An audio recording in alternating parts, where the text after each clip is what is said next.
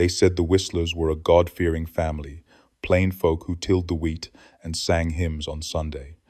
But every summer, when the heat pressed down and the locusts sang, they gathered candles and baked a cake for a child no one had seen in years. They called her Clara. They laughed about her curls. They saved her a chair, and they swore she was turning older each year. But Clara Whistler had drowned in the well when she was only 2. The first time I saw it, I thought it a kindness, a family clinging to memory, holding on to a child too young to die. The Whistlers sat at a long wooden table, the kind polished by generations of elbows and prayerful hands, and at the far end stood a high-backed chair with a doll's dress draped across it. They served Clara her portion first, laying a slice of cornbread neatly on a plate no one touched. The mother nodded at the chair, as though listening, eyes glassy, lips curved in a smile that trembled too long. The father bowed his head and muttered a grace that named each living soul, then paused before whispering Clara's name like a secret only he was permitted to hold. No one looked at me, though I was their guest, invited to supper on account of being new in town. My fork hesitated above the beans, appetite faltering at the strange ritual that unfolded before me. The children laughed when the empty chair seemed to creak, as if a small body had shifted its weight. One of them giggled. Clara says she's hungry, and the room answered with silence too heavy to be ordinary. Later, when the night cooled and the crickets sang louder than the hymns in the parlor, I walked past the well at the edge of the property. The stones around its mouth were damp, though the day had been dry. In the moonlight, I thought I saw a curl of pale hair floating just beneath the surface, vanishing when I blinked. I hurried on, telling myself it was nothing but shadow and water, though the sound of a child's laugh trailed me all the way down the lane. Clara's name lingered everywhere in that town, spoken as though she had just left the room and would return any moment with her small shoes tapping across the boards. At the mercantile, the grocer mentioned that Clara loved licorice whips, setting aside a paper twist of candy as if she might wander in. At the church, I heard the minister say her name during prayer, his voice catching on it like a hook on thread, and the congregation answering with murmured amens. I asked a farmhand once how old she was now, and his eyes darted to the ground before he whispered, "She is 2." Nothing more. No matter how I pressed him. "She is 2," he repeated, as if those words were both beginning and end. The Whistlers themselves spoke of her as though she had gone walking in the fields, the mother recalling the curls that caught sunlight, the father boasting of how quick her hands had been to stack wooden blocks. Their surviving children seemed trained in the ritual, reciting what Clara liked to eat, what games she wanted to play, never straying from the picture of a child frozen in a single year. But what unsettled me most was how easily the neighbors indulged them, nodding along, chuckling as though in agreement, as though the dead girl were still a living presence among them. Once, I dared to ask one of the older women in town how long ago Clara had been born. She knitted her lips and only said, "She is 2." I began to notice that her name traveled like a draft through every house, whispered on porches, carried across wheat fields with the wind. Even those who looked uneasy spoke of her, never daring to question why the child never aged. At night, I thought I heard that name in the cricket's song, felt it pressed into the hush between church bells. Clara, always 2. It was as if the whole town had agreed on a rule of silence and repetition, weaving a lie until it sounded like truth. But truth hung elsewhere. One evening I saw a group of children standing by the schoolyard fence, their faces pale as they chanted, "Clara is 2, Clara is 2," over and over, their voices rising in a strange sing-song until a teacher came running to scatter them. I thought then of the high-backed chair, the untouched food, the painting above the mantel where her painted eyes glimmered with something not entirely still.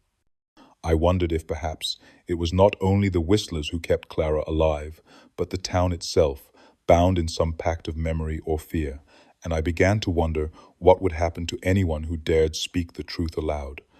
Every summer, the air turned thick with heat, and with it came the Whistlers' ritual, the birthday that bound the whole town in its quiet spell. I was told they baked the same cake every year, a simple sponge with white icing and a crown of sugared violets, though no hand ever cut into it. On the day of Clara's supposed birth, the family gathered as if she was still among them, setting out ribbons, blowing up paper balloons, and tying garlands around the porch. Neighbors were expected to attend, not by invitation, but by some unwritten law that pressed on all of us, and each person brought a gift wrapped in brown paper or tied with string, placed carefully on the table beside the untouched cake. The Whistlers sang the birthday hymn with voices cracked from grief and devotion, and they turned their eyes to the high-backed chair where Clara's presence was meant to sit. I watched the mother lean forward with trembling hands, her gaze fixed on the empty plate, whispering words meant only for her daughter's ears. The father lit 2 candles, though Clara would have been older by now, and when the wicks sputtered to life, the children clapped with rehearsed delight, as though they truly saw a little girl blowing them out. I tried to steady my breath, telling myself it was play acting, a performance stitched together by grief, yet the air shifted around us with a chill that had no place in the heavy heat of summer. The neighbors' smiles were pale, stretched too thin, their laughter a fragile shell that broke with every creak of the chair.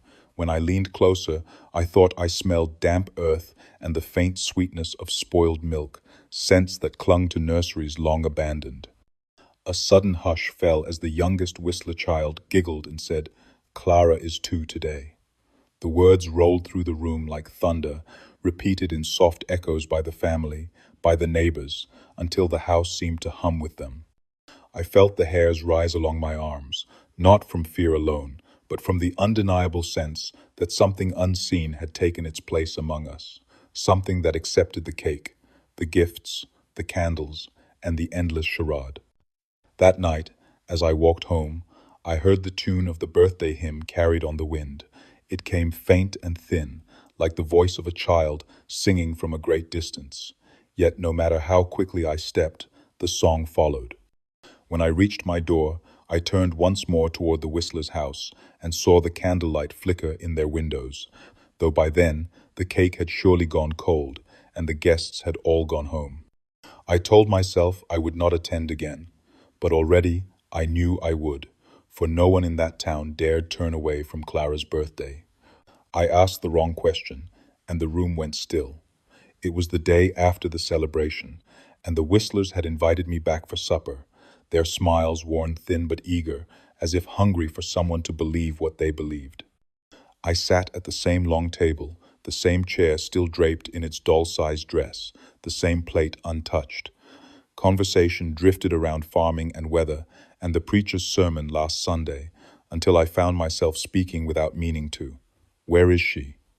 I asked, gently, carefully, as though a softer tone could make the question less sharp. The clink of utensils stopped. The mother looked down at her lap. The father slowly raised his eyes to mine, and behind the cloudy blue of his irises there stirred something old and rigid. "She is 2, he said quietly. "But where is she now?" I pressed. One of the children gave a small gasp, covering her mouth. The eldest boy looked at me with a kind of sadness I didn't understand then. "Clara doesn't go nowhere," he said. "She stays." The father rose from his chair, not angrily, not violently, just with a finality that made my skin crawl. He walked to the fireplace and tapped the frame of the painting that hung above it. It was Clara, the same curly-haired child I'd heard described so many times. Her eyes were too dark for the softness of her face, and the artist had given her an expression that hovered between a smile and a frown, caught in that moment of quiet before a child begins to cry. "She is with us," the father said, and his hand stayed on the painting's edge longer than necessary. I nodded, not in agreement, but in retreat, the kind of nod you give when truth becomes unwelcome. After supper, I lingered on the porch. One of the younger boys came outside, his bare feet making no sound against the wood. He looked at me, then pointed toward the wheat fields, where the light was beginning to die. "She's not supposed to go out there," he whispered. "But sometimes she does." "Who?" I asked, but he was already running back inside. I stood there a long while, staring into the tall stalks swaying in the windless dusk. I saw nothing, but my heart began to race all the same.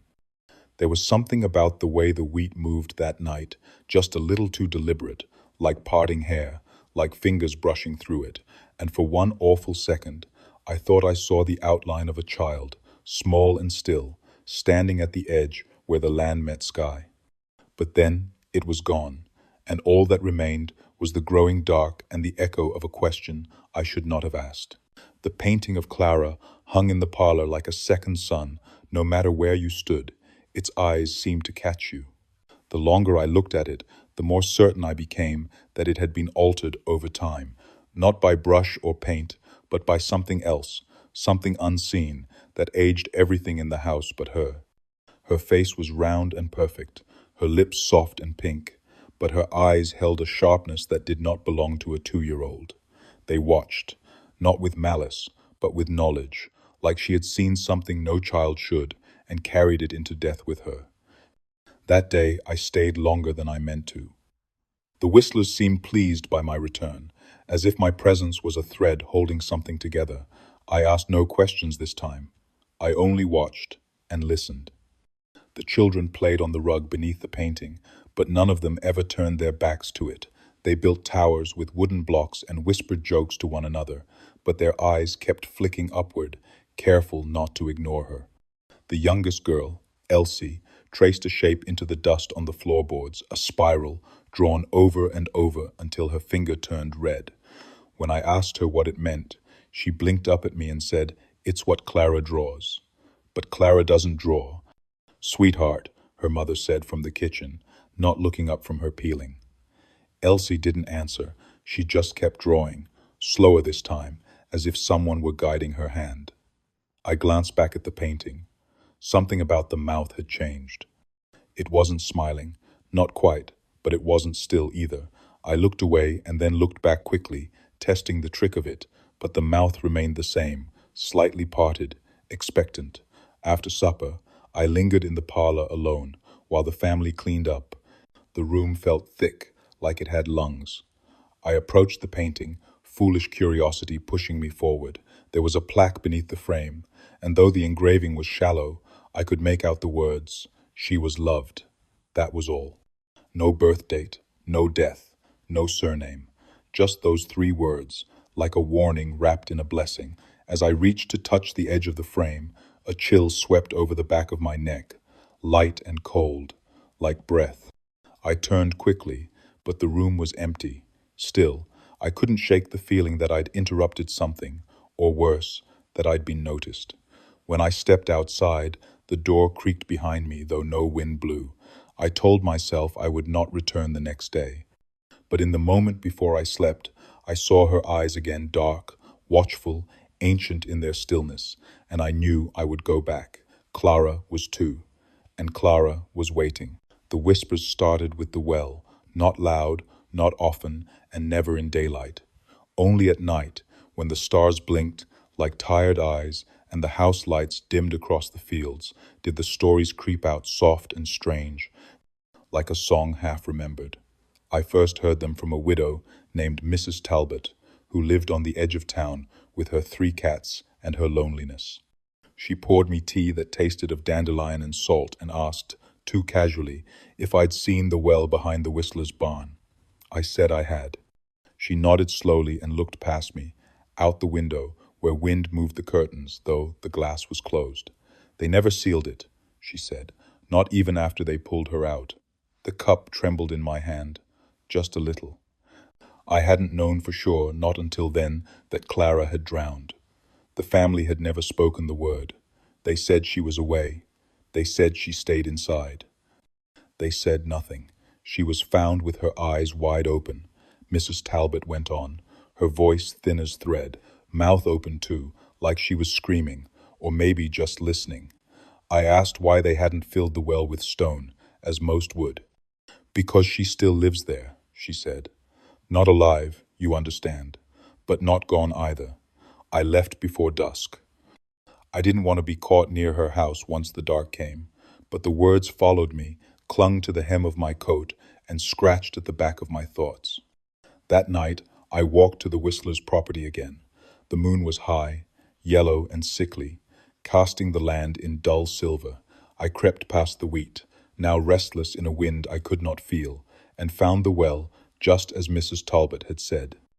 It was old, the stones dark with moss and time, its wooden cover half rotted and pushed aside.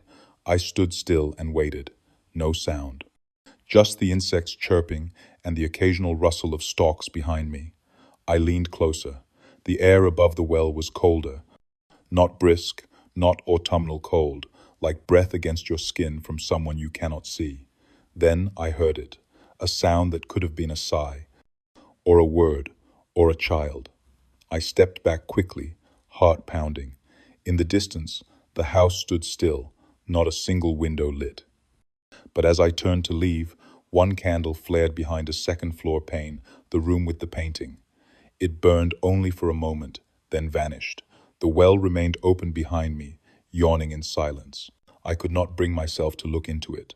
Some part of me believed I might see her face, or worse, that she'd see mine.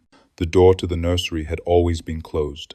Not locked, just quietly shut, as if the house itself understood some rooms were meant to stay quiet.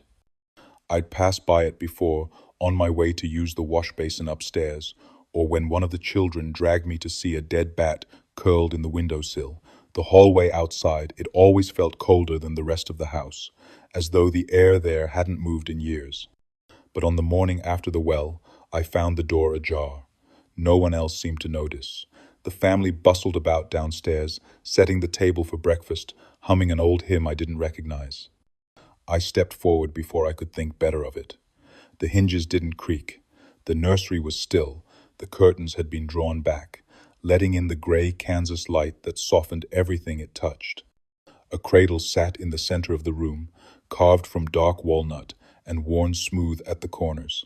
Inside it, a blanket lay folded with care, and atop it sat a small, stuffed lamb, whose glass eyes seemed cloudy with age. Beside the cradle was a rocking chair, and someone had been using it. Fresh scratches in the floorboards marked its sway. Dust danced in the light, but only in the corners. The center of the room was too clean, too touched. The wallpaper had faded into a soft pink and green, and where it peeled at the top corner, I could see something drawn beneath it. I stepped closer and gently lifted the edge. Behind the paper, scratched directly into the wall, was a single word, over and over again in a child's trembling hand. Clara. The letters trailed off where the fingers must have tired. I let the paper fall. Across the room stood a small wooden shelf. On it were picture books, neatly stacked blocks, and an old music box carved with stars. I opened it. It didn't play. But something inside shifted. I turned it upside down, and a lock of pale blonde hair slipped into my palm, tied with a faded ribbon. My hand closed around it instinctively. Behind me, the cradle creaked. I spun, heart in my throat, but nothing had changed. The lamb still lay there. The chair was still. And yet, I felt I was no longer alone in the room. The air had grown thick. I stepped back out into the hallway and closed the door gently behind me. Downstairs, someone was calling for me. I slipped the hair into my coat pocket and told myself it was only a keepsake, nothing more. But later that night, I swore I heard the music box playing. Faintly, slowly, from upstairs, and it didn't stop until I said her name. It sat on the nursery shelf like any other toy delicate, dressed in a fine lace gown, the color of old milk, its face pale and cracked around the mouth, as if it had once tried to speak. At first glance, the doll seemed no different from the kind any child might clutch at night. But the closer I looked, the more I felt the wrongness of it. The hair was real. Fine, golden strands stitched into the scalp with red thread that looked darker in certain light, as though once soaked in something other than dye. Its eyes were glass, but not blank, each iris detailed with such startling precision that they seemed to follow movement. When I leaned closer, I noticed the left one sat slightly lower, as if the socket had been forced to fit something that did not belong. I asked Mrs. Whistler where it came from, careful to sound polite. She smiled like a woman in a dream. Clara made her, she said, when she was very little. But she was only 2, I replied. immediately regretting the correction. Her smile faltered for a second. "Children surprise us," she said, and that was the end of it. That evening, I returned alone. The family had gone to town for church choir practice, and I claimed a headache.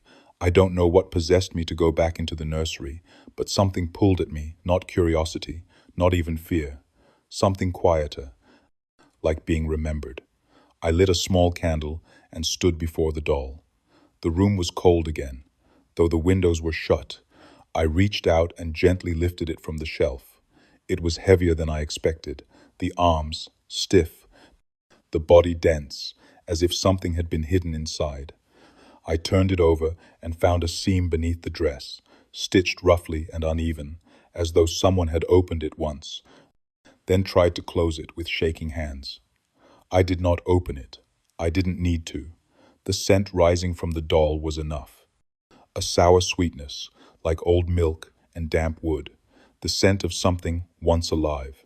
I placed it back and wiped my hands on my coat without thinking. The candle flickered, then died. I stood still, unsure whether to breathe. Then from behind me came the faintest sound, the high, soft squeak of a wooden toy being dragged across the floor. I turned too fast, stumbled, knocked against the cradle. Nothing there. The doll remained seated on the shelf, facing forward. But when I looked again, its head had tilted slightly to the side, and the red thread at the scalp looked fresher than before. I closed the door behind me and locked it for the first time, but the lock turned without resistance, like it had been waiting. The invitations were never written, but everyone received one. As Clara's birthday approached again, the Whistlers began their quiet preparations, just as they had each year since the girl drowned. The townsfolk knew the signs. The windows were polished, the porch swept twice daily, and Miss Whistler hung a ribbon of pale blue over the front door. No one dared ask why blue, or why it never faded, not even under the Sunday. I was invited, of course, or rather, I was expected. A place would be set for me, whether I showed up or not. But by then, I'd grown wary. I'd seen too much: the portrait that watched, the doll with real hair, the well that breathed in the dark. Still, I went. I told myself it was out of politeness, perhaps concern, but deep down, I knew it was the pull of Clara herself. There's something about grief. When it lingers too long, it becomes a second kind of life, one that refuses to let go. And Clara's birthday was its most sacred ritual. Neighbors arrived in silence, dressed in Sunday best, holding parcels wrapped in cloth and twine. No one brought wine or cheer. No one brought children. The parlor had been arranged with stiff chairs and a long table, and at its head, the high-backed chair waited. A small gift sat upon its cushion, a porcelain rattle tied with that same blue ribbon. The cake, too, was the same as the year before. White, round, dusted with sugar. 2 candles burned at its center, though Clara would have been older now. Mrs. Whistler passed slices around the room, never once looking toward the chair. Mr. Whistler spoke a blessing with his eyes closed, his voice trembling somewhere between devotion and madness. Then came the song. Slow, soft, carried on voices that barely rose above a whisper. "Happy birthday, dear Clara," they sang, as if she were napping just upstairs. When the song ended, silence filled the room like smoke. I dared to look at the chair. The rattle was gone. No one else reacted. The other guests kept sipping weak tea, dabbing napkins to lips that hadn't touched food. I stood up and stepped toward the hallway. That was when I heard it, the faint jingle of something small and hollow being shaken behind the parlor wall. A rattle. It continued for several seconds, steady and slow, then stopped. When I turned back, the guests were all staring at me. Not accusing, not angry, just watching, as if waiting for me to make a decision I hadn't yet understood I was being asked to make. I nodded, unsure why. A few of them smiled then, barely.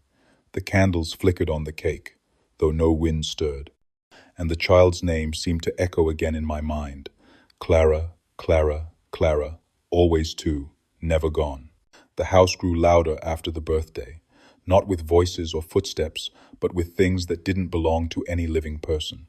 It started with laughter, soft and breathy, like it came from behind a door that had never quite shut. I heard it first while washing my hands in the guest basin upstairs. It drifted down the hall, a single giggle, high and fleeting. I called out, thinking perhaps one of the Whistler children was playing, but no one answered. When I opened the hallway door, the nursery stood closed. I hadn't left it that way. That night, I stayed in the guest room near the back of the house, a small space with a crooked mirror and a view of the well through the warped glass. I could not sleep. Something about the silence was wrong. It was too thick, too alert. I listened for wind. There was none. I waited for crickets. Nothing. Just that stifling quiet, the kind that presses down on your chest like a second blanket. Then, just past midnight, I heard it again. Laughter, a single burst of it, bubbling and bright, followed by a soft dragging sound, like something small being pulled across wood. I sat up, heart pounding. The hallway light was out, but I saw movement, a shape too low to the ground to be grown. It stopped just outside my door. I held my breath. The doorknob did not turn, but the wood creaked gently, as if fingers pressed against it. Then came the whisper. Not a word, just the hush of breath, right up against the frame. I whispered Clara's name before I could stop myself. The sound vanished. I opened the door. The hallway was empty, but something had been left behind, a stuffed lamb, the same from the cradle, now sitting upright in the middle of the floor, its stitched smile facing the wrong direction. I returned it in the morning, placing it gently back in the nursery, saying nothing to the family. But I began to notice small changes in the days that followed. Drawings appeared in the dust, along windowsills, spirals, crooked flowers, a house with no door, the portrait of Clara in the parlor tilted slightly each day, as if leaning toward something.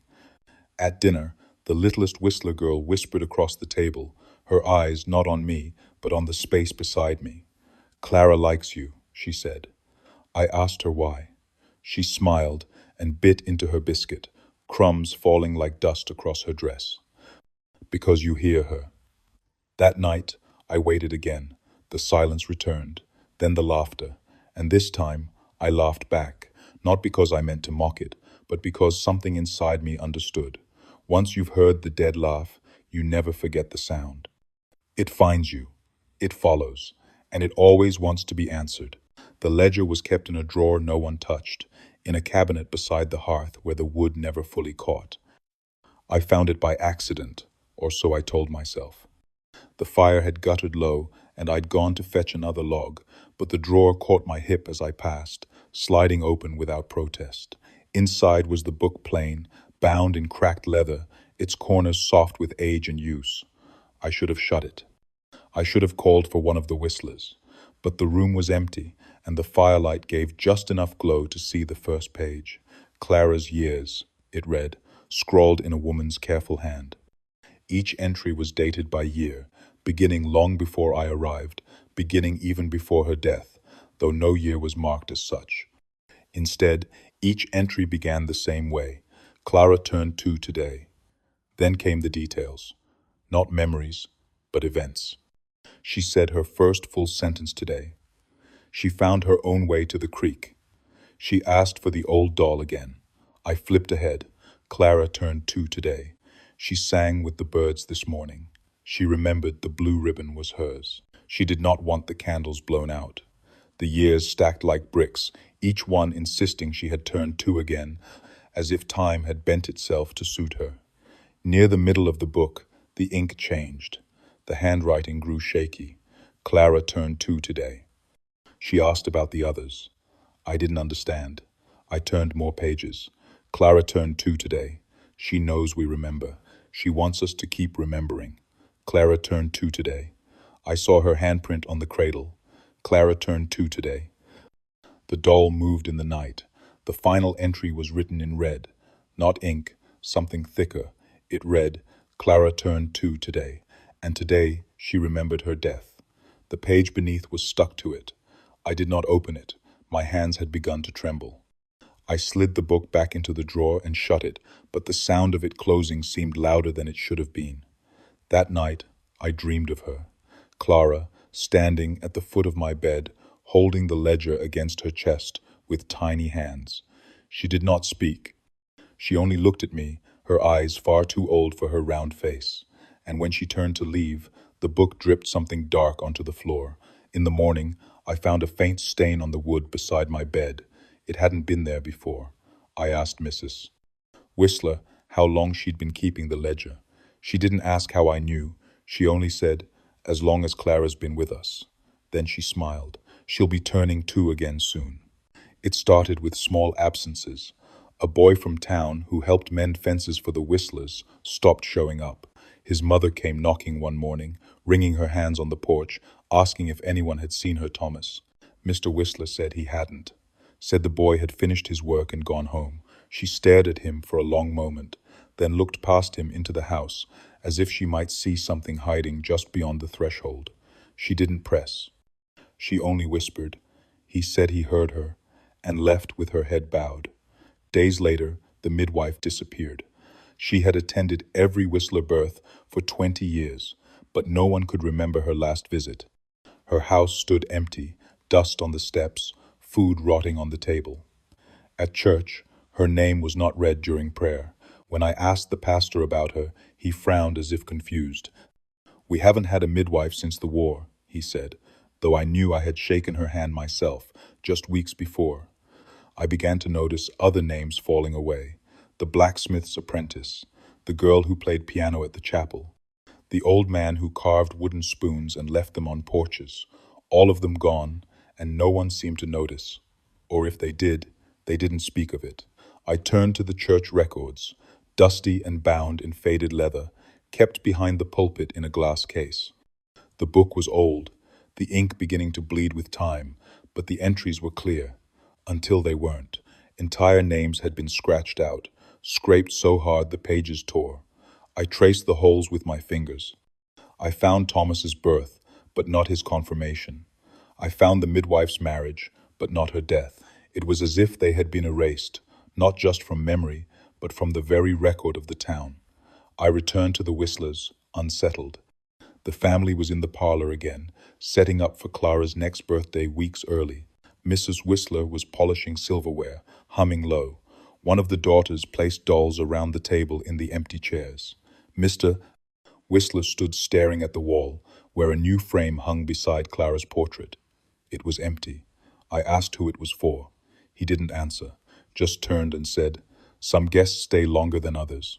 That night, I checked my own name in the town records. It was still there, my arrival, my lodgings, my first offering to the church fund, but the ink was lighter now, and the corner of the page where it was written had begun to curl. I ran my thumb across it. The paper flaked at the edge like ash. I closed the book and walked home in silence. The next morning, my landlord greeted me with a smile and called me by the wrong name. He said, I must be new in town. It was on the 6th birthday that things began to unravel in ways no one could deny, not even those who had trained themselves to look away. The Whistlers decorated the house the same as always. Blue ribbons in the windows, lace cloth on the parlor table, a white cake with 2 candles.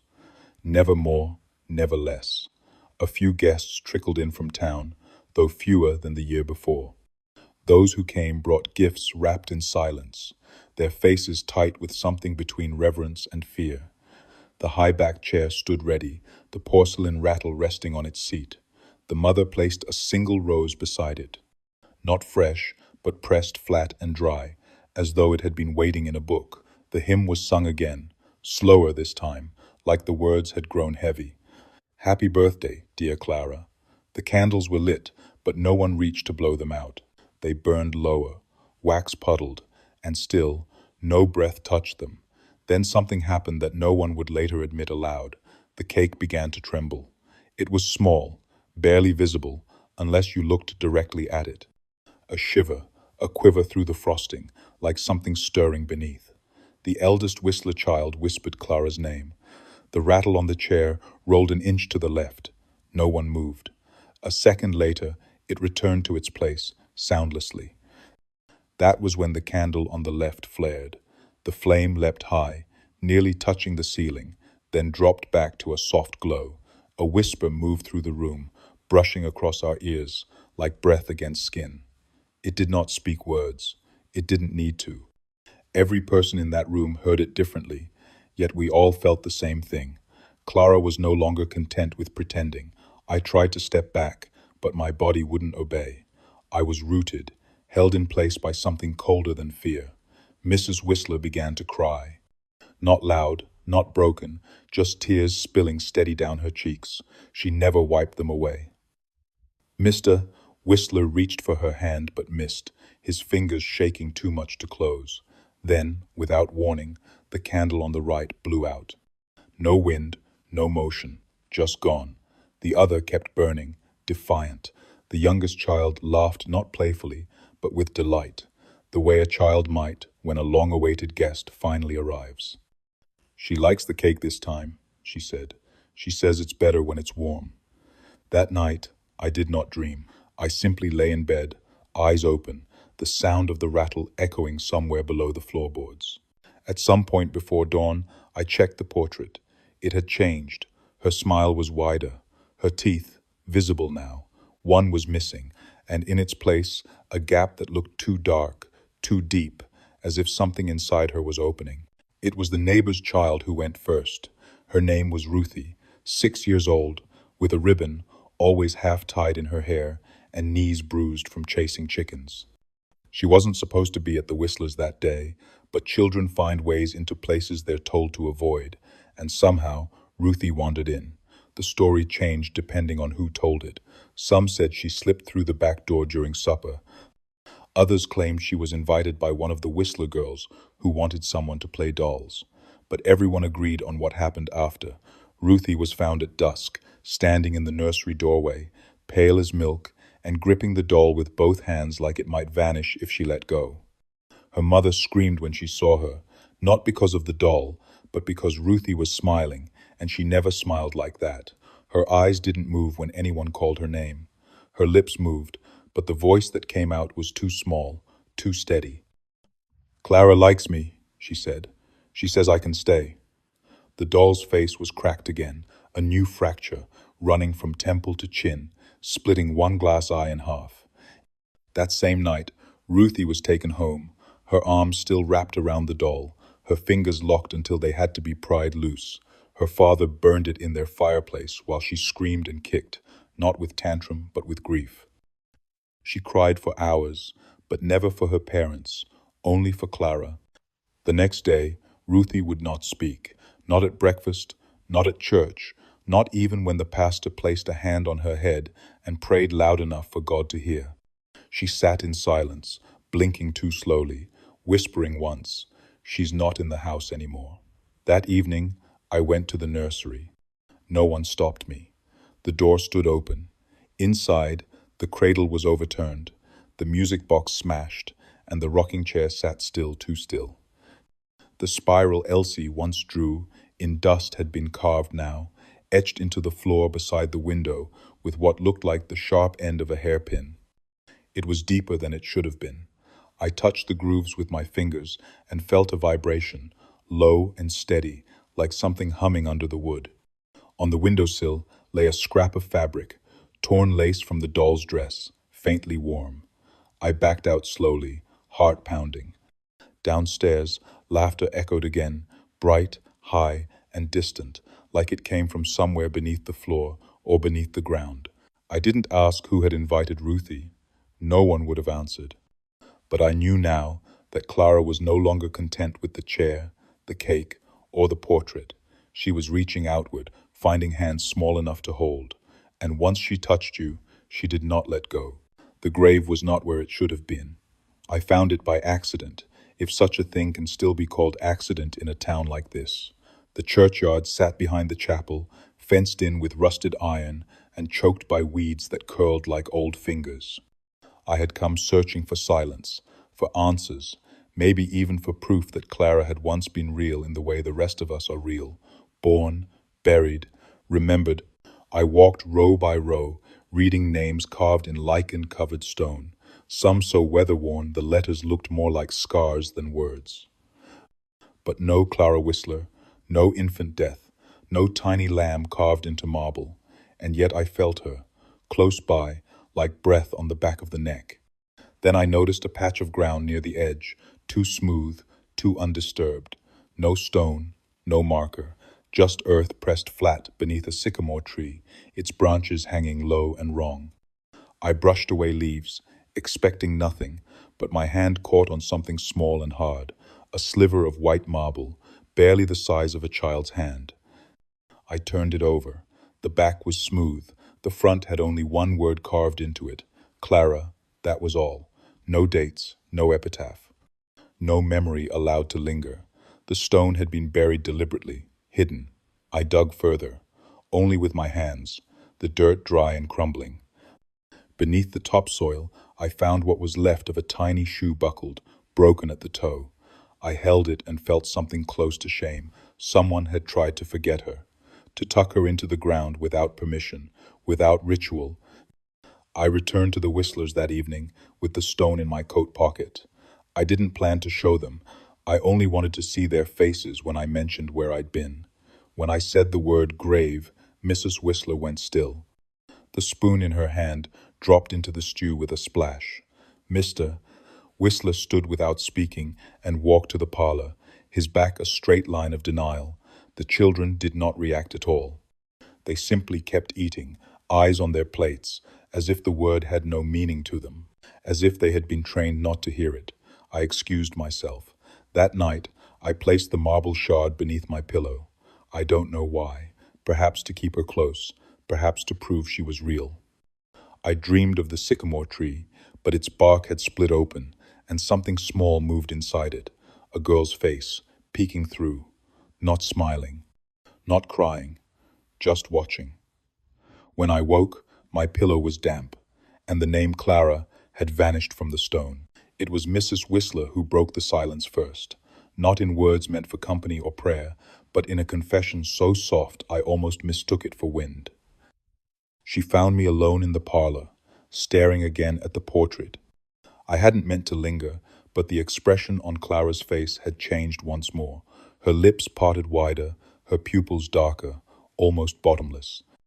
She didn't die right away, the mother said, voice trembling like her teacup. They said she must have, but I know what I saw. I turned slowly.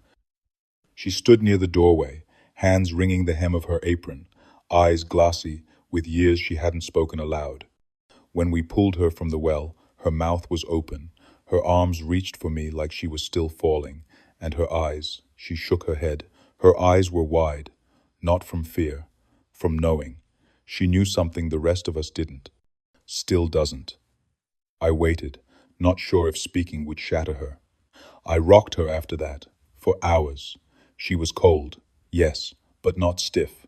Her lips still soft, her voice lowered to a whisper. And then I heard it, just once, a breath, not enough to move a curtain, but enough for me to know she was still with me. She stepped into the room and touched the corner of the frame, where the wood had started to split. That night, I lit a candle and placed it beside her cradle. I told her, if she could stay, she could stay, and if she couldn't, I'd keep her name lit in this house. A light to remember her by. She looked at me then, and there was something strange in her face. Not madness, but a devotion so deep it had carved away reason. But she stayed. Oh, she stayed. And every year she tells me what she wants. Her fingers trembled as she pulled something from her pocket. It was a tooth, small and pale, wrapped in linen. She leaves them for me, one each year. I find them near the window or beneath the cradle. She calls them her gifts, says she's growing. I step back. The room seemed to contract, the air turning damp and heavy, as if the well had come up through the floorboards.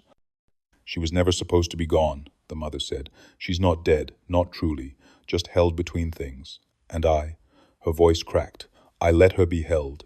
Then she turned and walked away, leaving the tooth in my palm. It was warm, almost pulsing. That night, I could not sleep. I placed the tooth on the table beside my bed, and once the lights were gone, I swear I heard it roll across the wood. Just once.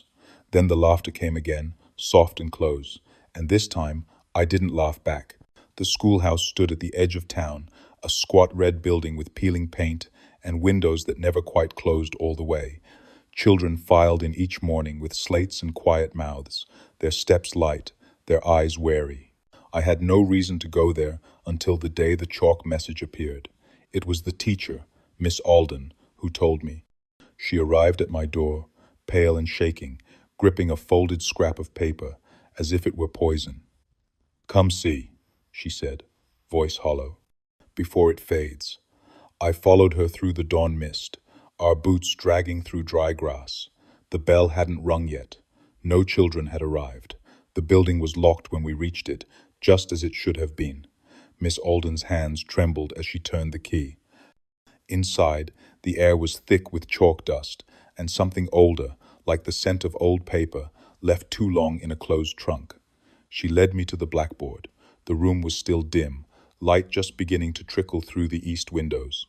But the message was clear, written in a child's hand low to the board, as though the writer had been small. "I am still two."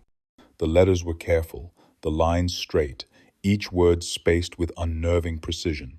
Below the message, a faint outline of a handprint, smaller than any of the schoolchildren, fingers splayed wide, almost playful. "I was the last to leave last night," Miss Alden whispered. "I wiped the board myself. No one's been in since."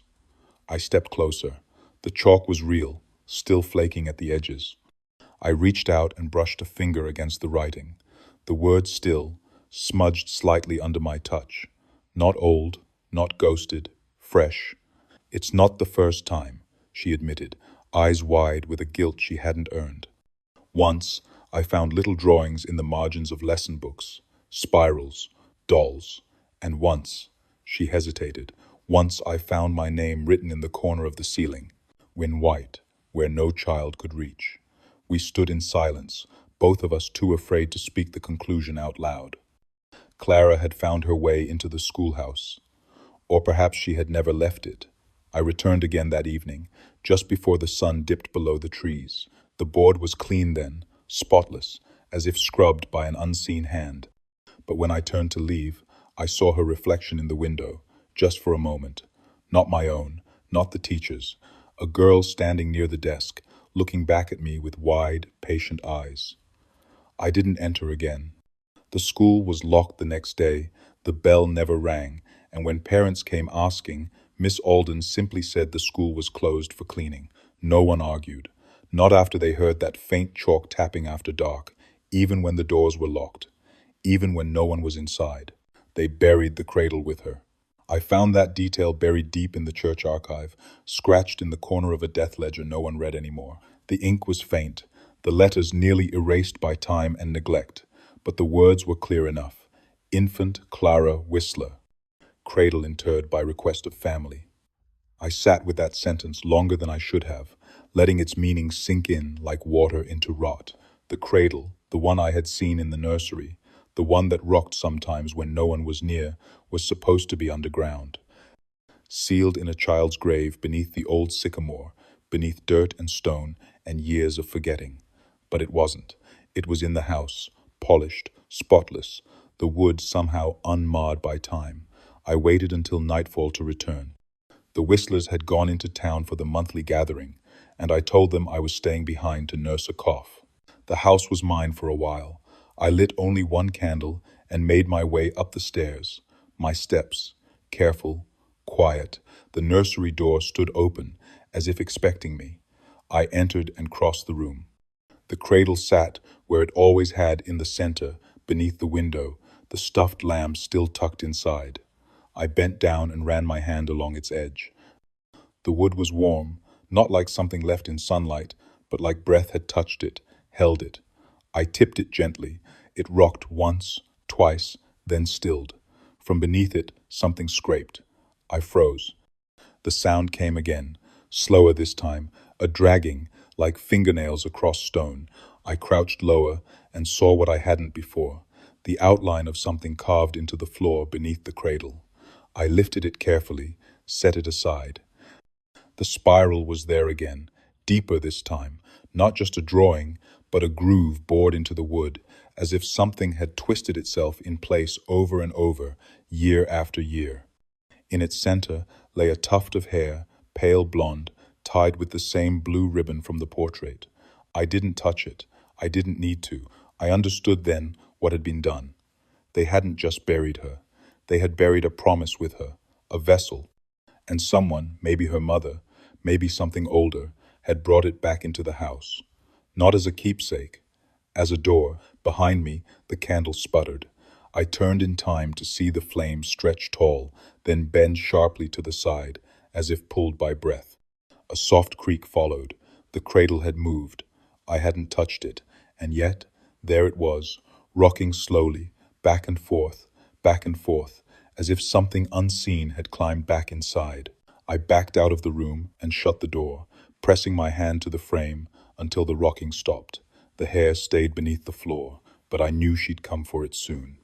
The first red ribbon appeared on a Sunday. It was tied around the gatepost of the Baker family's home.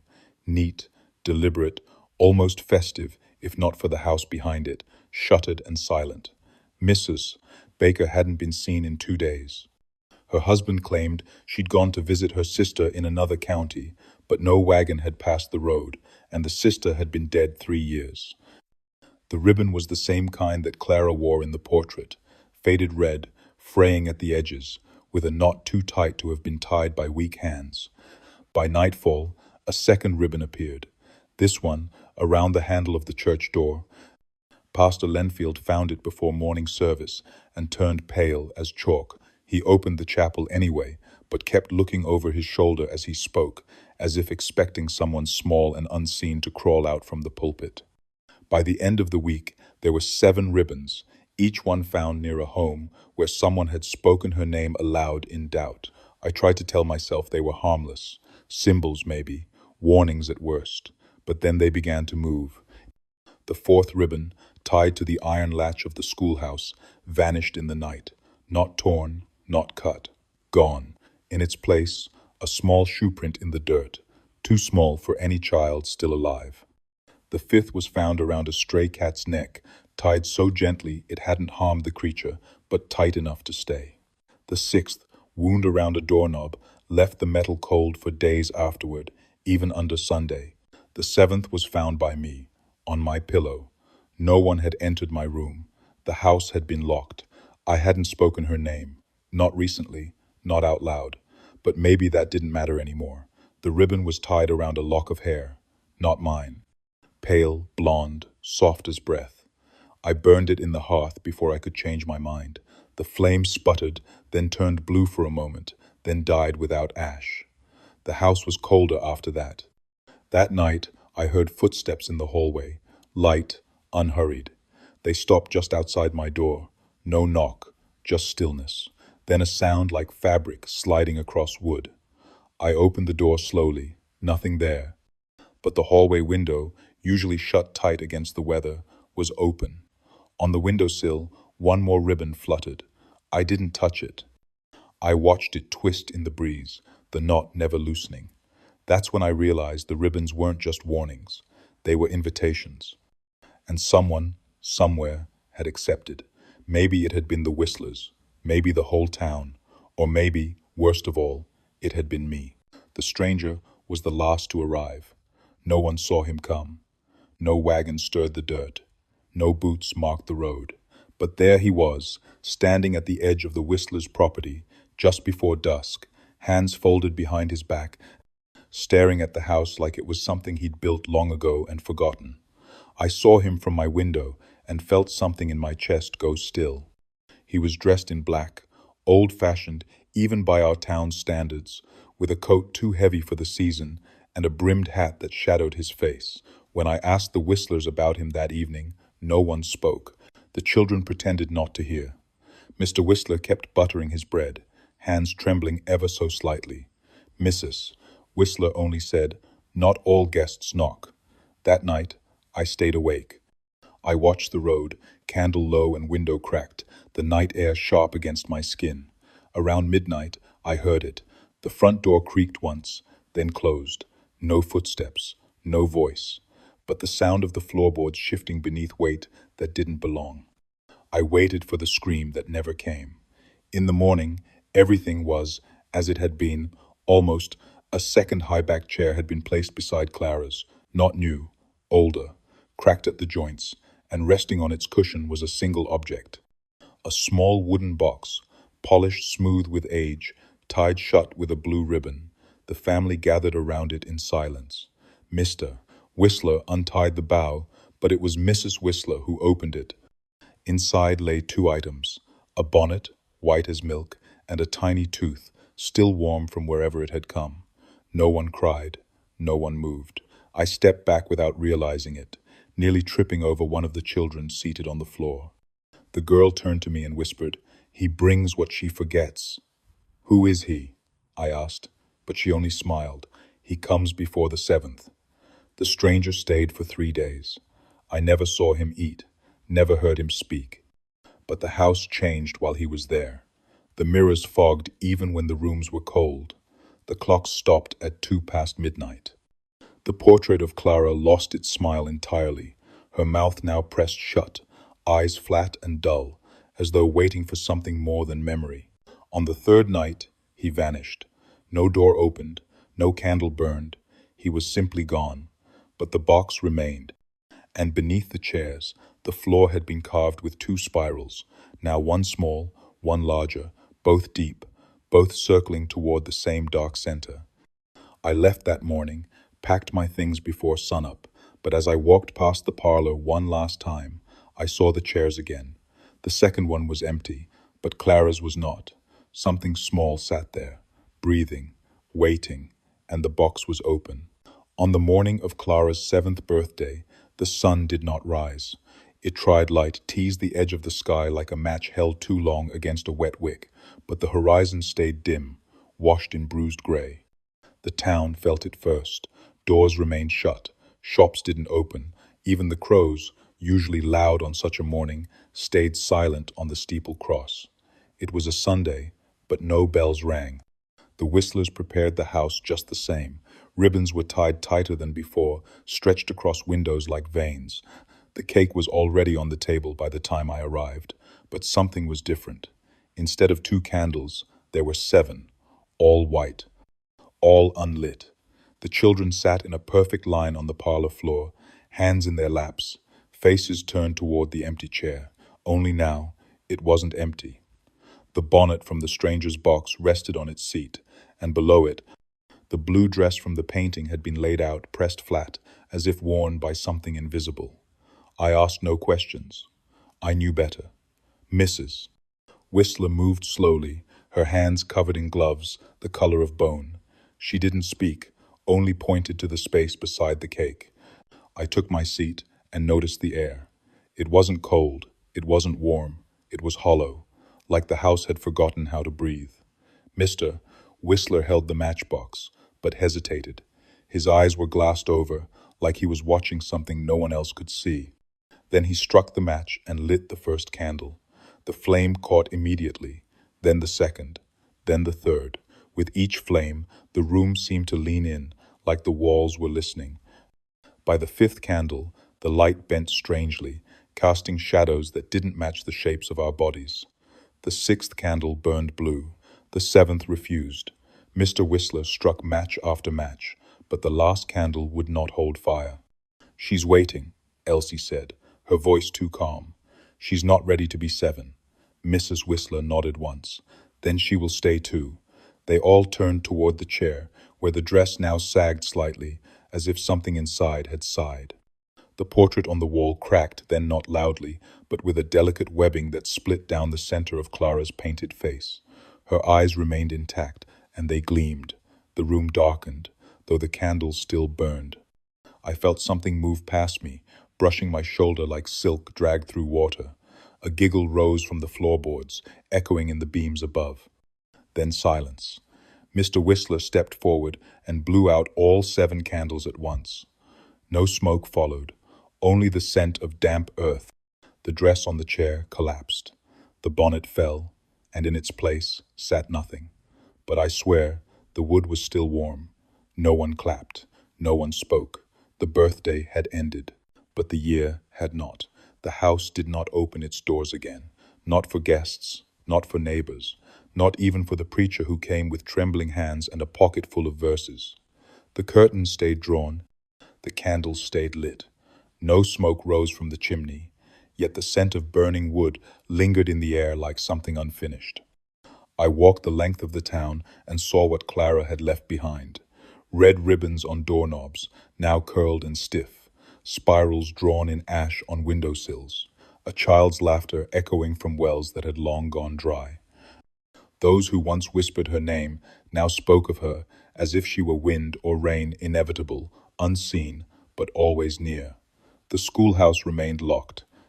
The churchyard was overgrown, and the Whistler's cradle, once the quiet heart of the nursery, was found tipped over on its side, the floor beneath it blackened like something had burned its way through from below. No one claimed to know why. No one claimed to see her. But everyone knew. On the last night before I left, I stood at the edge of the Whistler property, just beyond the line, where the grass stopped growing.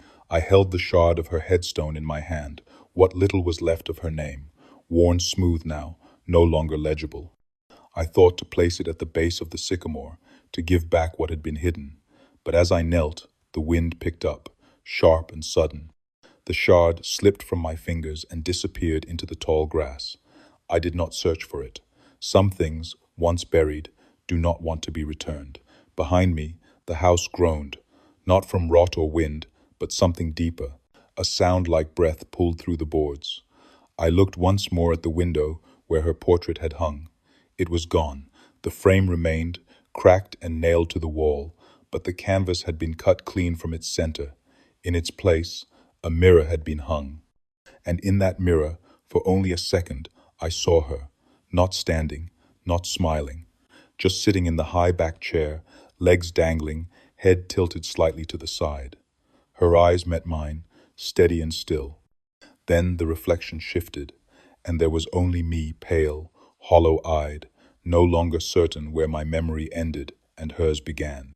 I turned and walked, past the fields, past the well, past the grave that never truly held her.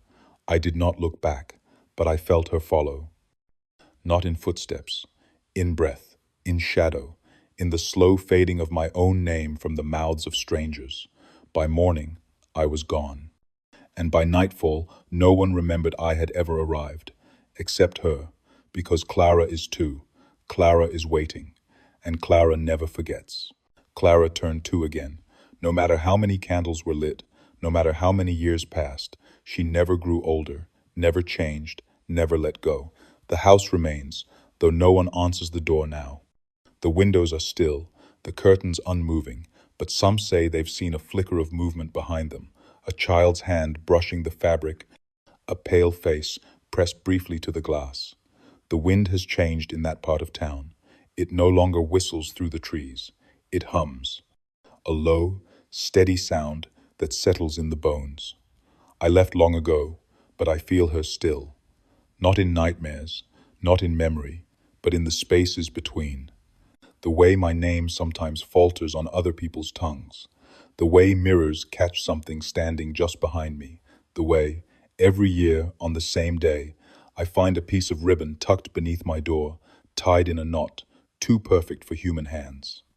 I've tried to forget her, tried to believe it was all grief, all suggestion, all the weight of a town that never learned how to bury its dead properly. But when the night is cold and quiet, I remember the sound of her cradle rocking on its own. I remember the giggle that came from behind the nursery door. I remember how the candles wouldn't go out. They say the Whistlers are gone now, that the house is empty. But I've seen footprints in the dust along the path, small, bare, leading to the porch and never away from it. They say time forgot her. But it's the other way around. Clara remembers everything, every guest, every whisper, every child that spoke her name and vanished into silence. And each year, the town pretends not to know. The church does not ring its bells on her birthday anymore, but the fields still hush at dusk, and the schoolhouse doors creak open without wind. And in some houses, quiet houses, far from town, where no one keeps portraits anymore, there's a knock at the door. 3 soft taps, always after dark, always on the same night. A gift is left, a doll, a ribbon, a tiny tooth wrapped in lace, and whether they open the door or not, they dream of her. Sitting in a chair too old for her, wearing a dress too clean, looking at them with eyes that do not blink. Clara is not angry, she is not vengeful, she is simply waiting, waiting for someone to remember her the way she asked to be remembered, as a child, as a daughter, as a name that must never fade. And if you speak it, Clara, Clara, Clara, make sure you mean it. Because once she hears you, you do not get to forget her. She will turn two again, and next time, you will be invited. Comment the oldest town in your country, and if you want more stories that whisper long after the screen goes dark, like and subscribe to The Black Chapter.